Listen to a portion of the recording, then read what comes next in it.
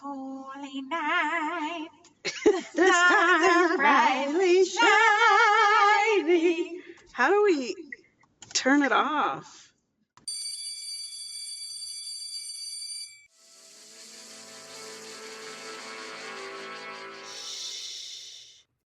The paranormal classroom.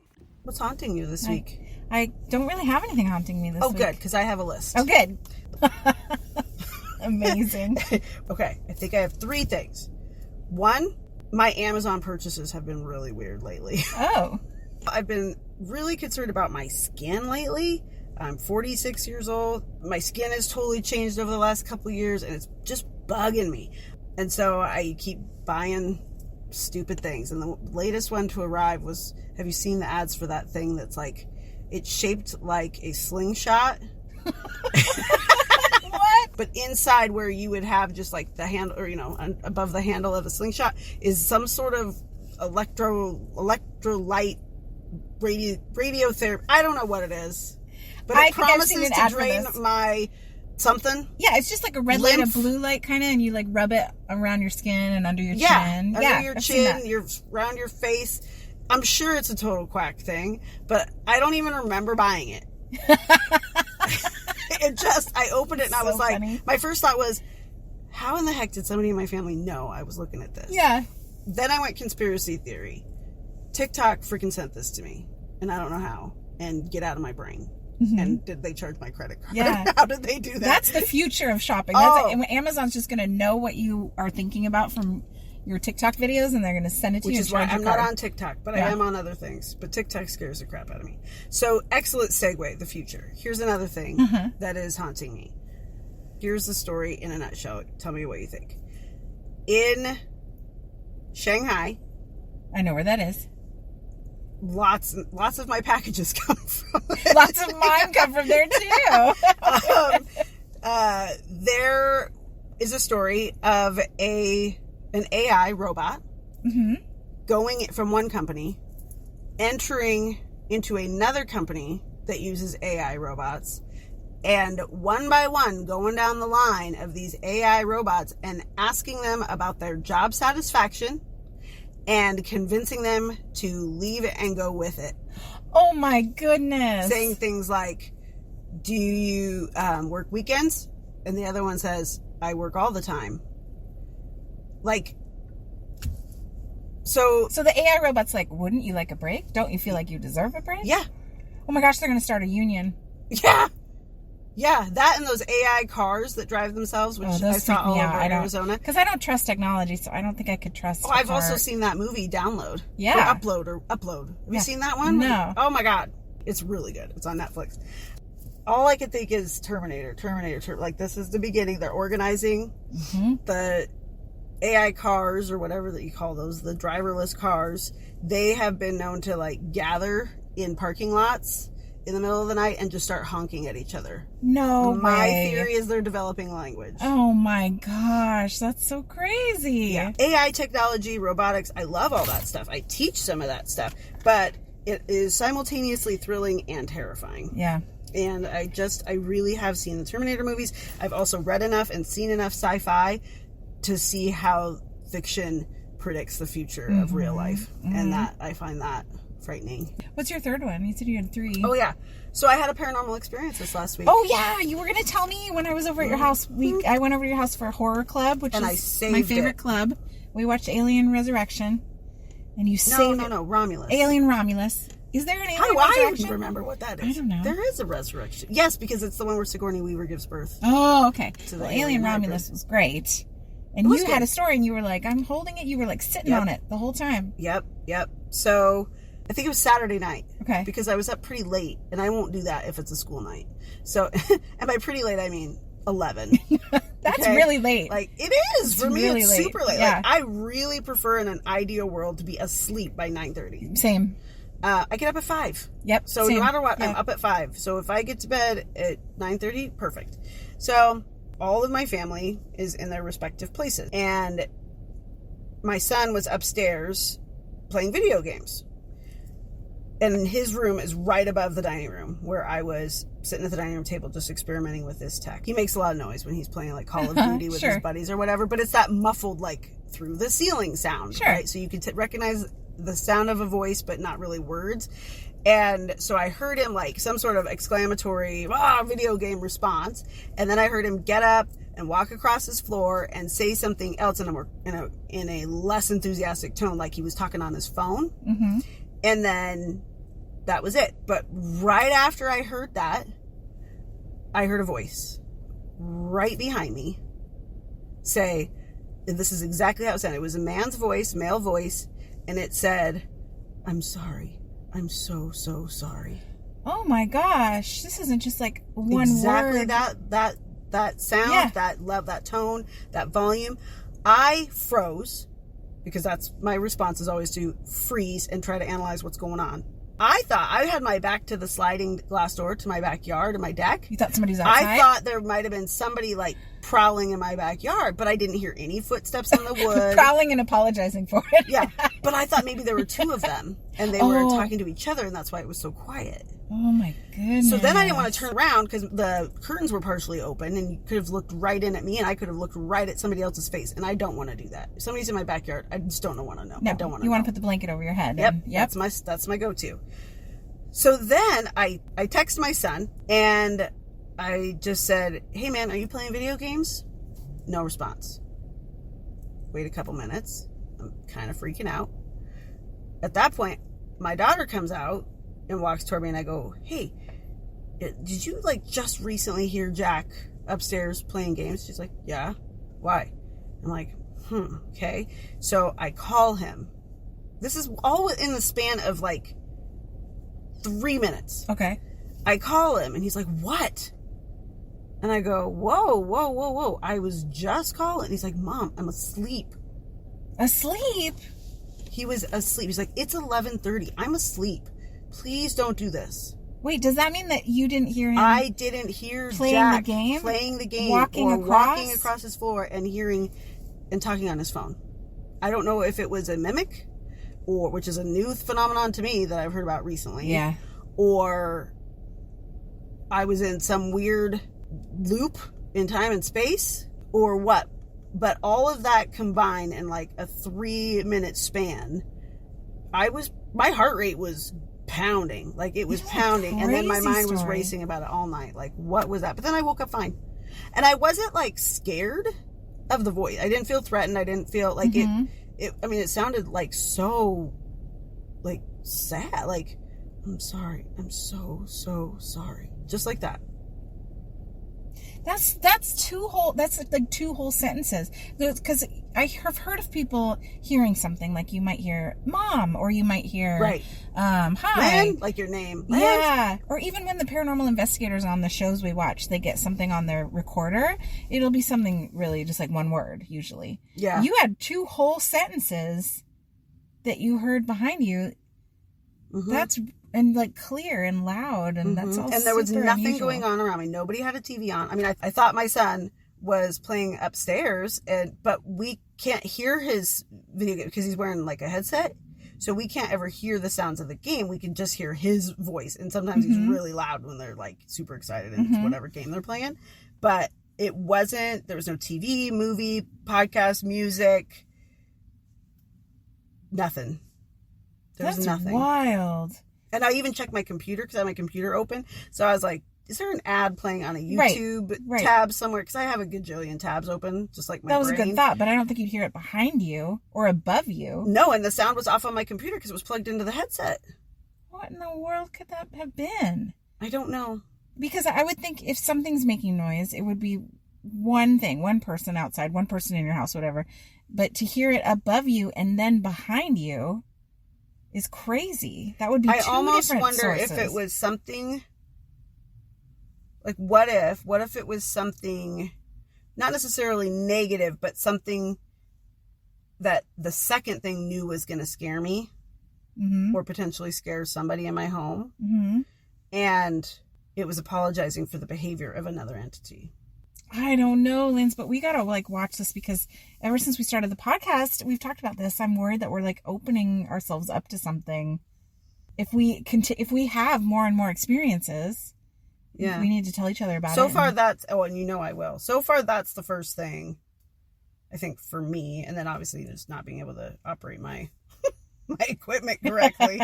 That's not necessarily Don't paranormal. think it's paranormal. Think it's just rookie errors. I don't know if I should apologize to you for something like weird and scary happening, or if we should be excited because we're like, oh, we're getting stuff. It didn't feel threatening. That's good. And my family's not scared. I've told everybody in the family they're fine. And an apologetic ghost or whatever it was, was probably pretty kind. That's very considerate. And maybe it was just somebody passing through and then like bumped into me. And was like, sorry, I'm didn't mean to bump into you. Yeah. I mean, who knows? Like, so yeah, and that makes me think of, I watched that documentary of Jonas Elrod. You watched Wake Up. Yes, it's so good. And I was surprised to learn that he went to the School of Enlightenment run by Jay-Z Knight and Yelm, which we had talked about. And he actually has a sit down with her one-on-one. And it was not for him. He was like, this is just not for me. Yeah. But wild set of circumstances. It ends beautifully. But then, it just makes you realize, well, okay, if his experience is legit and these things are around all the time, but only as few people can see it, what's around me all the time? Yeah. You know what I mean? Like, it just kind of got me spinning a little bit, but like, I'm fine. Like, I'm still going to shower naked. Mm-hmm. It's not going to radically change my behaviors, but it does make you wonder, like, And then he sages all the time in his apartment. He says it works. He says it kind of clears things out. And maybe I ought to do that. Maybe, but if you had never had experiences and they're around us all the time, there'd be no reason. Yeah. I'd be like, hey, what did we do to you? We've just been minding our own business. But Jonas Elrod is amazing to me because he's not out there. He did the documentary, and a few interviews, but he's really not out there. Like, I try. He's not profiting off of it. I try to look him up all the time, and he really hasn't done anything in like the last 5 years. He's just living his life. He's like, I think he's still with the woman, the girlfriend he had in the documentary, and they have a little baby. And also in this film, he goes and talks to the professor, talking about global consciousness and how there is actual scientific data to support that when humans all link up in what we focus on, whether it be a positive event or a tragedy, it changes the world. And I think humans inherently know that. Like, that's why we have candlelight vigils and parades and marches and things like that, because we know that there's power in numbers. But I don't know that it's necessarily the numbers alone, but it's the energy that we put out. Oh, yeah. Like actual physical measurable energy that we put out that changes the world. I have a crazy story about that. I'm saving for a future episode. Okay. Yeah. But we should research. That'd be a great one to research global and do some consciousness. more episodes on. I'm totally into it. And I'm thinking about starting a religion. Well, I'm just kidding. That's a nice tie-in to our episode today. Are you kidding again? Yes. Again, we're connected like that? Yes. Oh my God. Because everything you just said is going to tie into the story. Get out of here. No. Get out. Okay, bye. Oh, no, stay. Don't let the hot air out. Okay, have you heard of a group called Love Has Won? No. They're also known as the Galactic Federation of Light. That sounds a little Sounds familiar, right? Yeah. Has nothing to do with twin flame, right? No, it doesn't have anything to do with twin flame, but twin flame kind of draws on a lot of new age things. Yeah, there's a documentary. Bizarre. Yeah, twin flame documentary is wild. Yeah, watch the Twin Flames documentary. It's crazy. But there's also a documentary on this group called Love Has Won. And I think it's on HBO, and I just watched it. So I was like, I got to tell Lindsay all about this because it's just mind-blowing. So tell me first, how do you think that people get involved in a cult? Searching for meaning. Searching for things to make sense in their lives, searching for community. I think people we just talked about global consciousness. I think human beings have an inherent need to connect to other human beings. And I think like the one healer in that same documentary about Jonas Elrod talked about, like, we have intimate relationships with other people because it's a mirror for ourselves. It allows us to see ourselves and then grow, ideally, grow through that. And they're witnesses to our lives so that we can make our lives better. Because we don't walk around holding a mirror up to everything we say and do. They're our mirrors. And I think a lot of times people don't have those mirrors. They don't have a group that they feel like they authentically connect with. And then they are, I think, sometimes preyed upon because of that. I think there's opportunists that will, they may act like missionaries in a way, but they are opportunistically preying on or recruiting people who are looking to fill a void. Yeah, I think either they want your money or they want your attention, loyalty, your like devotion. Or all of the above. Yeah, or all of the above. Or they want to abuse you in some way. Yeah. I think there's two ways to get into a cult. One, you're born into it, which is really, to me, that's just very sad because you don't know what you don't know. Choice. You don't have a choice. You don't know any different. You don't know when things are wrong. Right. That's scary and sad. But then the one that almost scares me even more is when people choose it. And I mean like normal people. It could be you or me. That's what really scares me is like anybody. There's so much that could, in culture, I mean, the first 4 letters of culture are cult. Oh, and I think that there's so much in our cultures that have so many similarities to what we would say is a classic definition of cult, right? So charismatic leaders, there's a financial obligation there. I mean, frankly, a lot of churches, just regular old denominational churches, but also things like multi-level marketing.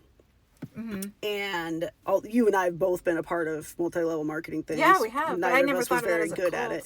But if it's something where there's a culture around it and there's like obligations to the higher ups and you're financially bound to it and there's like things you say and things you do, things you wear, hoops you have to jump through, which is why I'm just never good at it.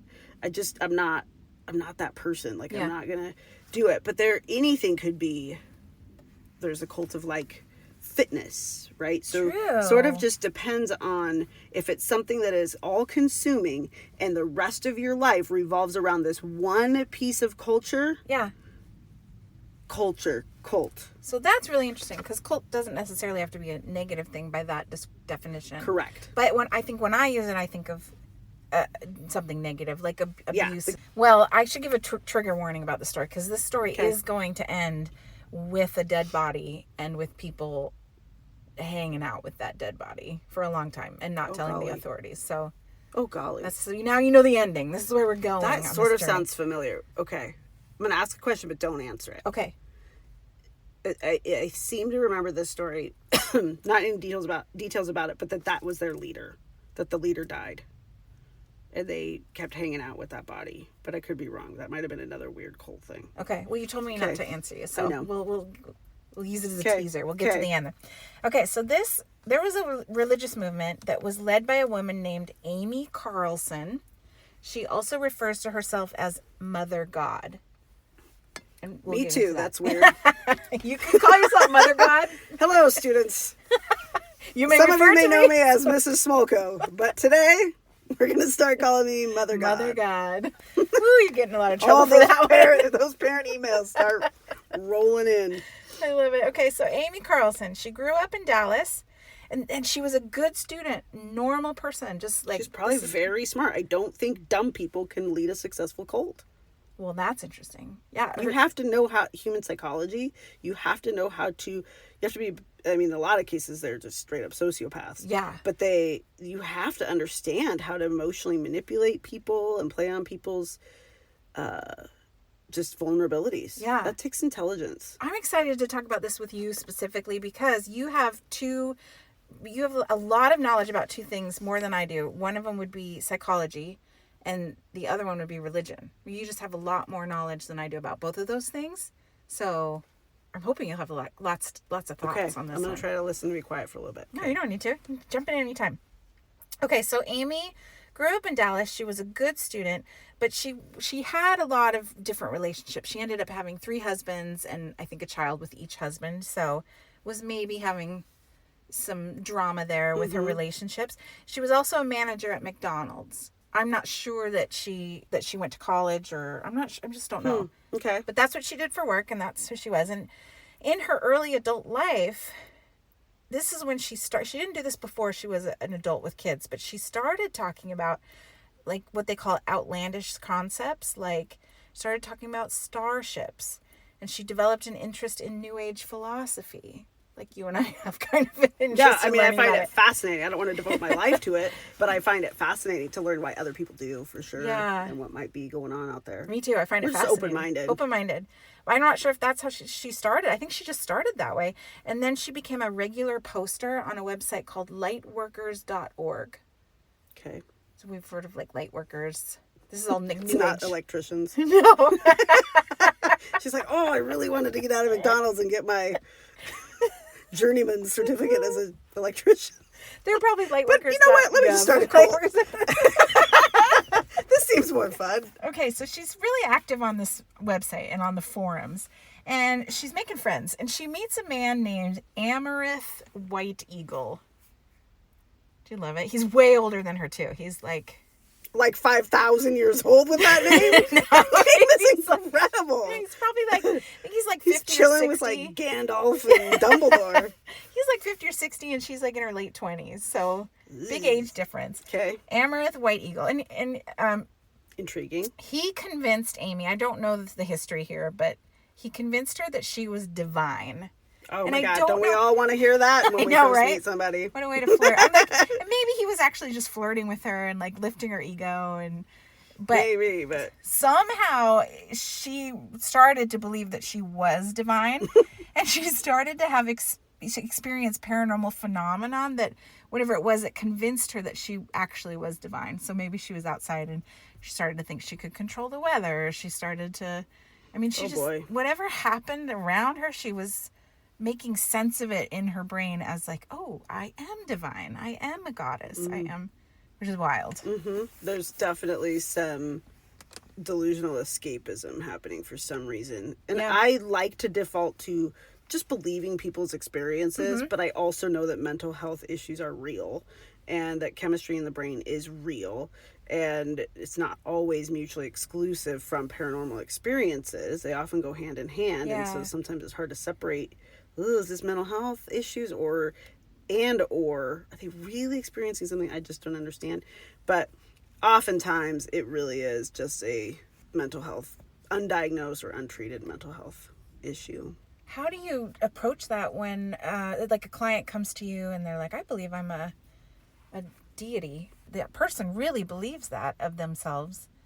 I don't know how you approach it, because if you're just like, well, that could never happen, right? Then you're just denying their reality and they might just leave and I think everybody has their own strategies for sure, but I think for me it's first and foremost listening to them, like just hearing their stories. But I think as you build trust, then you can start to explore how is your life negatively impacted in any way. And not blaming anything, like not blaming, not saying your delusions are causing you to be homeless and drug addicted and struggling in your relationships, that you're here because that's bothering you. So let's get to the root of that. And then I think you can kind of just go, well, hey, what if we explore this as a possibility? Maybe the chemistry in your brain is just not working 100% efficiently for you. Let's check it out. Let's try this medication. And then we'll track it. And you just keep listening. Just keep listening to the story and then track how things change with medication or without. But here's what I think is unfortunate, because I don't think Amy did any of that with anyone, with any like mental health professionals. I think she was turning to people on this lightworkers.org forum, and they were giving her the validation of, oh yeah, it does sound like you're divine. Oh yeah, I can't believe that happened to you. That does sound... Yeah, everybody can find somebody else who validates their experience. Yep. Good, bad, and ugly. And so then we have pedophiles who find company with other pedophiles, or we find, just disgusting, awful, evil things. And then they get like, oh, I'm not alone. Sweet. I'm not a freak. Awesome. Right. They're all validating and in each other. some ways that's so positive, right? There's so many positive ways that can, but I think it's also negative in a lot of ways for individuals, and I think negative as a societal issue for being divisive. I think it puts us into camps, and I think that's one of the major problems with what's going on in our world. Because you can segregate yourself and just be around a community that just validates the way that you think and not negates being everything challenged. other than that. So then you're not developing a broad sense of perspective. Yep. And then you can't empathize with other people, and therefore you don't care about other people, and then just screw them, save us, end of times. Yeah. And this is really, I think, what happened to Amy. Like, as we go through the story, I think you'll be able to be like, oh, no, she really needed to connect with other people. Yeah. Yeah, so she ended up leaving her third husband. She left her 3 children. She moved to Colorado to be with White Eagle in like a romantic way. And to be like the mother god of a group of people. She started to get followers, right? I can't believe she left her kids. I really struggle with that. And then to call yourself mother god, the mother of all creation. But your delusions will tell you, like, this is what's best for all of humanity. Or this is a sacrifice you have to make. I mean, even in major religious texts, people are reportedly, like in the Bible, asked to sacrifice their children. Oh, yes. So I've heard one of those stories. It's not super far-fetched to me that there would be someone who would think that was for what was best for everybody. Oh, wow. And maybe even just think like, well, at least I'm not killing them. I can't even imagine going. No, I know, but mental health, man, like, or drug addiction, alcohol, like the drugs will force you to choose them every time. Wow. She needed help, like, at this point. Absolutely. Or, like, before. This is where she really needed an intervention. Absolutely. But she may have been hiding it. She may not have had other friends. True. She may not have been surrounded by people who are paying attention. Yeah. Which is probably part of the problem. She needs some mental health care, and she doesn't have community with anybody. Oh, gosh. I just feel bad for her. This is such a sad story. So she moves with White Eagle to Colorado. And she's still active on the forum, and she's starting to get like followers, like people who are now like, oh my gosh, I think this woman is the mother god, right? Is there examples of like things she said, or she just was so confident in it? I guess she's like, I know that I'm being told this, because she's having paranormal experiences too. So she's like, I'm speaking with entities. We've seen stuff like this too, like Ramtha. Yeah. Lots of people. And people are believing her because they want to believe, I guess. And so, and she's lovely, and she's friendly, and she's charismatic, but truly loving. In the videos of her, she does seem like pleasant to be. I'm sure she was pleasant to be around, and very loving, nurturing kind of person. But she's spouting all these really interesting things. Yeah. So they start to post to YouTube. This is where her and White Eagle start to post to YouTube. Oh, fascinating. Okay. And people start moving in with them. So she ends up getting like her like most devout followers are these young people, beautiful people, seem very normal. They end up leaving their homes to go live with her in Colorado, with her and White Eagle. And it's like, what do they search for that puts them on? I don't know, but I know that the people who were truly devoted to her considered themselves disciples, and they record all this, right? They have daily live feeds. They have website. Like, what's fascinating about this case is that everything was recorded on video, in writing. I mean, everything. Man. So these people considered themselves disciples and compared themselves to like the disciples of Jesus, which I think I need to learn more about this, but like they were documenting everything, and they said this is similar to what the disciples were doing. These people would literally write down, like, Amy woke up, Amy had an egg for breakfast, Amy went to the bathroom, Amy took a nap, and they're documenting everything about her, and they're like, we are so honored to be witness. So when I start my cult, I just want it to be clear, I do not want anyone documenting the minutia of my life. That is so embarrassing and invasive, and they're basically camping in this like 2-bedroom house. Oh my gosh. Amy has the only bed with her boyfriend, and all the disciples just spend the day sitting around her. If she's on the bed, they'll lay and sit on the floor around the bed. If she goes outside, they'll just lay outside with her. They're literally like attached to her, documenting everything that she's doing and feeding her, like, just feeding her. Yes, you're the mother god. Yes, you're... Wow. Yeah. I mean, they were all, and they seem perfectly normal. Like they have all these videos of them, and they really do seem like young well-spoken, intelligent, attractive, normal, pretty normal people, but they're devoting their lives to this woman, and they're spouting these really interesting religious beliefs. Interesting. Yes. That's what I mean. It's so scary because you just don't know who's going to get sucked into these things. Religion is the death of spirituality, in my opinion. So I just want to make sure it's clear to you, I'm not a religious theological expert by any stretch. I do not subscribe to any one religion. Okay. I am definitely just a very spiritual person. I pray. I believe in the power of human connection and energy and positive intent and just taking care of one another. Yeah. But from what I understand of the Bible, Jesus was he was the one selecting his disciples. So he would say, come and follow me, things like that. These men were known to drop their nets and take up with him. And it wasn't always comfortable, and they didn't always feel proud or bold about sharing the teachings because they were either just afraid for their own safety or had some doubt. But as they grew in relationship with him, most of them grew in their faith. Yep. And in the experience to the point where they would defend it. Yeah. Yeah, so my comparison is just that it sounds like they came to Amy, these followers came to Amy asking to I'm not sure. Worship her? I think Amy did select some of them. Like, I know one woman... Or invited them or whatever. One woman had, like, supposed, like, healing powers. That was kind of her superpower or whatever. And Amy was like, I need you here. You're going to be my main healer. So she was kind of selecting... And there were two women also that she was like, you guys are going to be my oracles. You have the power to commune with... Yeah, they're going to be my seers. You have the power to commune with entities. You're going to come and be on my team. And those two women ended up doing most of the live streams and stuff because Amy had given them the power of just communication and knowledge. She's like Nick Fury. She's gathering her own Justice League. Making her own Justice League, yeah.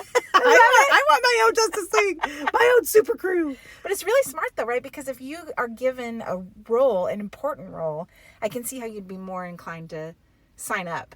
Heck yeah. Yeah. I mean, that is the number one way to recruit people. Yeah. Is to tell them you need them and with specific connections to their gifts and talents and interests. So yeah. I've noticed you have incredible handwriting and lettering. Would you please just be our secretary for this meeting? Right. Or would you consider making these posters or these graphics or these doing the website or whatever? Like you play into people's interests and talents and fluff their feathers and then, I mean, you have to follow up with that with ongoing support and, she being was really a multiplier of their interests and talents and gifts. But sounds like she just knew how to she saw things in people that they really wanted to see in themselves and maybe were actually true and highlighted that. Yeah.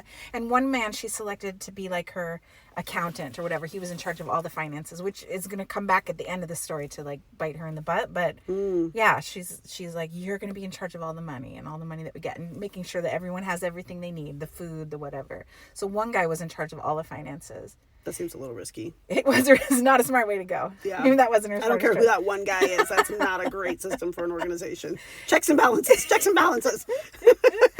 And then the other weird thing she did is she changed all of their names to virtues. So they came in with normal names like Hannah, Andy, Lindsay, Amanda. And she changed their names to things like faith, temperance, loyalty. Okay, what would you want yours I was just going to ask you, what do you want?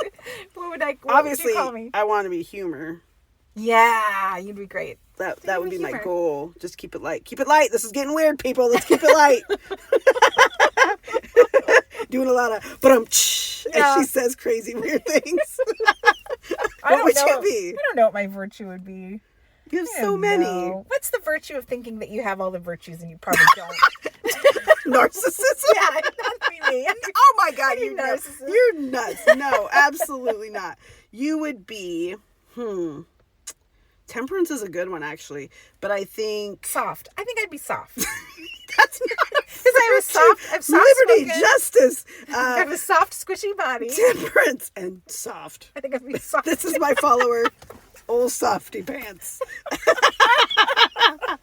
No, you're not soft. And except in all the best ways, you are, it's the best word, like, obviously compassionate. I think, I don't know. I think temperance might have to be it, because you are able to enter calmly into any situation and maintain serenity. I have great control over my serenity. Over my, I mean, not my emotions. I get emotional, but I have great control of the emotions, not letting them get the better of you. Yeah. Sometimes I wish you would let them get the better of you. I know, right? It'd probably be healthier. Talk about that. But no, I think it's admirable that you do have. The world needs people who can still express themselves, but in a way that isn't making other people feel like they can't. Right. And you're really good at that. That's nice of you.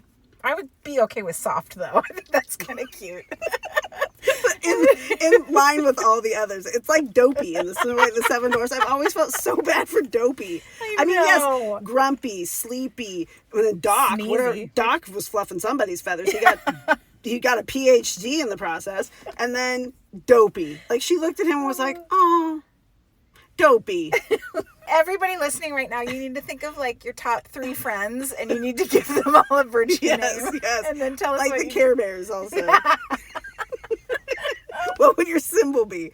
Like a croissant? Yes.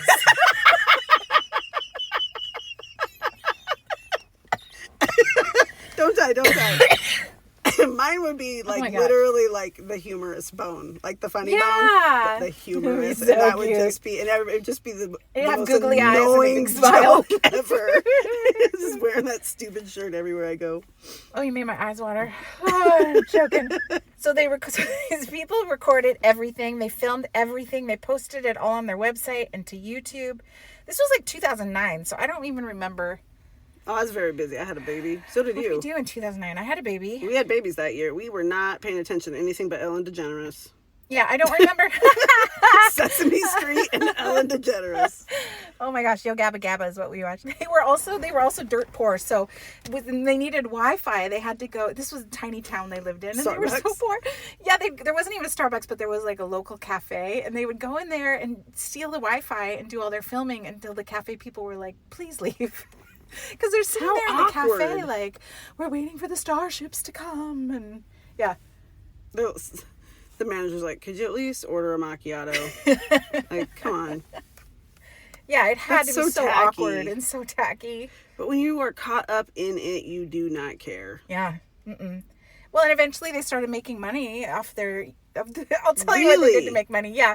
And then they had enough like for food and stuff, but they still lived in... I would hope, yeah. They still lived in a tiny little shack with mostly just sitting around on the floor while Amy had the chairs and the bed. Yeah. Strange. I know. Okay, so here's some of the beliefs that they had. Feel free to interrupt me on any of these if something inspires you.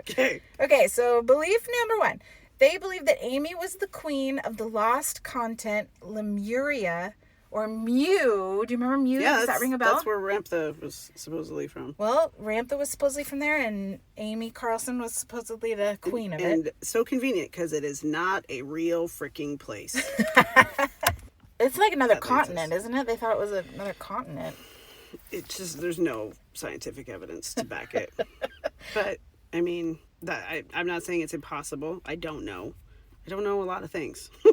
But I do find that odd that so frequently, like, why isn't it like, I'm from the south side of Chicago?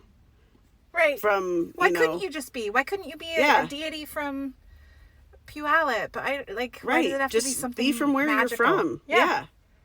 They also believed that she had been reincarnated 534 times, and that she was reincarnated. She was like basically all the famous people you can think of. Like of course, Joan of Arc, Mother Teresa, Marilyn Monroe. Right there, you lost me, lady. Like the chances of any one of us, if reincarnation is real, the chances of us being some wildly famous person, right. Out of the billions and billions and billions of people who have inhabited this planet, get the F out of here. And she believed she was all of them. Like, basically... Bunk. I'm out. I'm packing my little rucksack. She believes that Donald Trump is in her soul family and has been her father in a past life.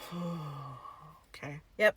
And she also believed that she could speak to the spirit of all these famous people who had passed away. So Robin Williams was a big one. but also Michael Jackson, Elvis, all these people. They had pictures of them. Cultural icons. Cultural icons. They had them all over their little... Okay. They made a lot of references to Atlantis, reptilians, and the Anunnaki. Just get them all. Hit them all. They're hitting them all. They believe the world is run by an evil cabal, which is keeping the planet in a low vibrational state. They adopted elements of the QAnon conspiracies. They really are professional dabblers. Yeah, they dabbled in like everything, all this stuff. They believed that the COVID-19 pandemic was planned. And they believed Sandy Hook Massacre and the Holocaust were hoaxes. And now I'm done. And bye. It just took you that long? No, I mean, these people can take a flying leap off a very short little pier into unknown depths. I mean, I have no forgiveness in my soul for Holocaust deniers. Yeah, and it's so weird to me because... Or school shooting deniers. No. Get out of here. And they're like...